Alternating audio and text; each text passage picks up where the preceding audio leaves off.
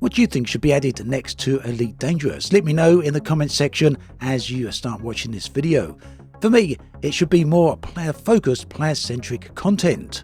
We're already off to a great start with this. After all, players can now claim star systems, lay down outposts, and ultimately stitch a private network of stations across the void. Yet for all this newfound freedom, one truth remains unchanged. The economy itself is still a background simulation. What if Elite introduced a secondary economy, one that was wholly built, supplied, and governed by players themselves, yet carefully fenced off from the current BGS? The purpose? To give players brand new content and control over certain aspects of Elite, specifically these player-directed star systems.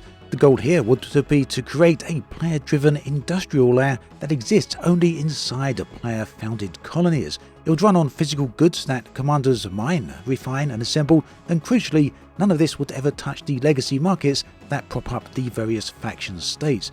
Think of this then as a microeconomy that would work inside each colony, whilst the macroeconomy of the BGS continues on untouched. It's an idea and concept that I'm absolutely fascinated with, and I really want to discuss it here on this video and put it out there for everyone to discuss. Let me know what you think about this idea overall. So obviously up front, I'm not a game designer, that's not my intent here, and additionally this would obviously be very difficult for Frontier to implement. But then again, a year ago, 18 months ago, people would have thought that something like colonization would never happen. So here we are. Elite has without a doubt shifted gears. It's moved away from this NPC-controlled galaxy to a much more player-directed galaxy, and I think it makes sense for Frontier to follow that path and see where it leads. So here's some ideas about that. Now, obviously, when you're talking about player-controlled economies when it comes to space games, the one thing many players will jump to is EVE Online, and that's a conversation that usually circles back to one stark difference between the two. EVE's economy is real. Every frigate, every round of ammunition, every hull plate exists because a human somewhere mined ore, researched the blueprint, pressed manufacture, and eventually hauled the product to the market. By contrast, Elite's commodities wink in and out of existence on the whim of the BGS, which, yes, players can influence but never fully control. Players aren't directly a part of that economy. Now, Elite's approach has always made sense. The game is session-based and instanced. It was never architected or designed for a single shard persistence that allows EVE's grand economy to work as it does. But that technical decision also limits what commanders can do once they tire of hauling bio-waste between boomer systems. We can influence supply and demand with bulk trades, but we cannot truly own the supply chain. So this is where this secondary concept that I'm thinking about would actually come in. It's a secondary industrial sandbox, and it's tucked inside those colonies that we're all busy away working at right now. So imagine logging in and discovering that the fledgling settlement you co-founded last month now needs 150 habitation shells to expand its living quarters. Those shells don't exist yet, but they're not for sale at any NPC port. Instead, someone must go out and deep core mine various asteroids looking for specific resources. Someone else must salvage high tensile alloys from wrecks. An industrialist must feed those inputs into a new system of fabrication bay, and finally a convoy must haul those crates to the colony where the contractor will bolt them into place. Every link in the chain is run by a human, or ignored entirely if no one fancies the job, in which case the colony simply waits and never expands. The reward could be profit, reputation, or the satisfaction of seeing your name etched into the plaque inside the finished habitation ring. The key is persistence. Once installed, that ring wouldn't evaporate at the next server tick. It would remain a visible testament to the player labour. Now this obviously would be tacked onto how colonization works at the moment. Part of it is already automated. I'm not talking about changing that.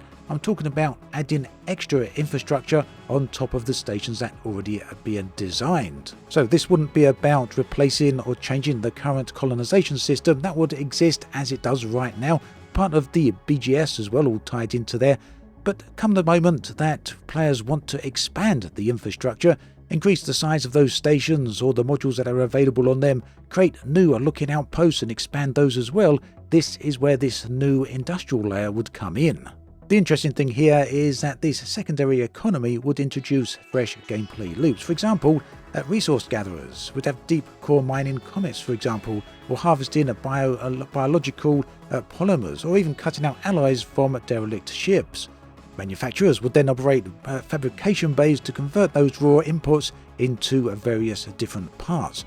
Haulers would accept time-limited contracts, organising convoys to remove and transport these goods across space, and as these are physical goods, the risk to them would be very real indeed. And contractors then would perform an on-foot or SRV installation mission, quite literally placing these or welding the new modules onto the colony superstructures. And yes, I hear you, this would be a big overhaul for Elite. It would be a dramatic change to the game, but at this point this isn't unprecedented, is it? We're already seeing such a big change made in the form of colonizations. Frontier have indicated that they're very much willing to change the foundations of what Elite represents in this day and age. Now obviously, again, this is a big idea. It does come with a lot of problems and potential complexities as well. With that in mind, I feel that the idea would have to remain firmly with colonized stations rather than all the pre-existing stations that were already there in the bubble. In other words, this would be all about purely expanding player-driven content. It would also perhaps be hopefully a little bit easier for Frontier to manage it this way, as it would mean not changing all those existing systems which players already enjoy and already love. Talking of which, there is the BGS, the background simulation, which we touched on earlier, and players already enjoy that. And in fact, this is Elite's circulatory system. Every day it resolves faction influence shifts, commodity price nudges, and state transitions, whether it's a boom, bust, war, or whatever else. It's a system that works very well, and this is essentially Elite Dangerous's broader economy. It's something which would need to remain in place and not be touched by this new economic system. In short, what I'm suggesting here is to allow the BGS and all the existing gameplay of Elite Dangerous to remain exactly as is. What would happen here is that within player-controlled systems, player-guided systems, there would be this secondary economic layer that allows players to expand those very same star systems. This isn't about balancing the economy or hauling goods from one starport to another in terms of what's on the marketplace, and it's not about affecting faction influence. Instead, it's purely an industrial layer about construction and expanding different starports, putting all of this directly into the player's hands. So right now, that's obviously not a system that I've worked through in depth, but it is a concept of an idea that I think would add to Elite immensely. Again, let me know what you think about this concept in the comment section, because I'd really love to hear any thoughts and ideas on this. So personally, I do think this is a logical next step at some point in the future for Elite post-Trailblazers, because Trailblazers really is an evolution for Elite. It quietly shifted Elite's centre of gravity, if you will, towards a player stewardship. Commanders now decide not only where to drop a station, but what services it offers. Strong and weak links propagate the local economies. In fact, many different parts of the gameplay now already piggyback on colonization and milestones. So it seems to me that a player-run industrial layer really does feel like an inevitable next rung on that very same ladder.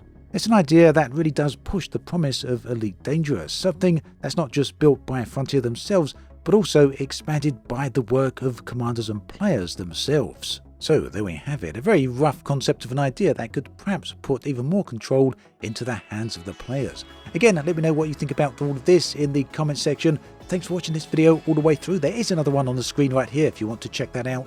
Take care, and I'll catch you next time.